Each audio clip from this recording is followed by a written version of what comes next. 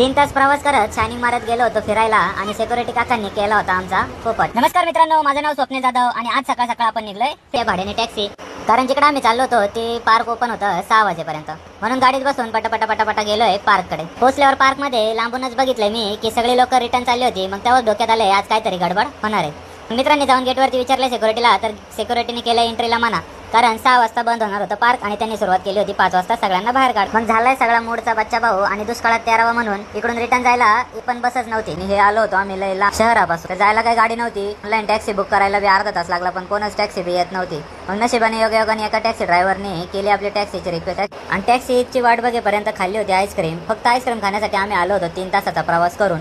आल्यावरती टॅक्सी पकडली, टॅक्सी थोडासा निसर्गाचा आनंद घेत आलो होतो सिटीमध्ये पोहोचल्यावरती मूड झाला होता फिक्स, कारण मॉलचं नाव होतं मिक्स। मॉलमध्ये आल्यावर केली आहे थोडी पोटपूजा आणि उन्हाळता मॉलमध्ये भेटली एक गोष्ट जिने आलाय मला आनंद। घेतली होती सेल्फी स्टिक आणि काढत सेल्फी स्टिक सरळ निघालो होतो घराकडे। जाता घरी आठवलंय का आपला चष्मा झाला होता वाकडा, कारण आपण बसलो होतो चष्म्यावरतीच। इकडे आपण होतो फॉरेनर म्हणून गोड बोलून यांच्याकडून घेतलंय फ्री मध्ये काम करून आणि सरळ आलोय।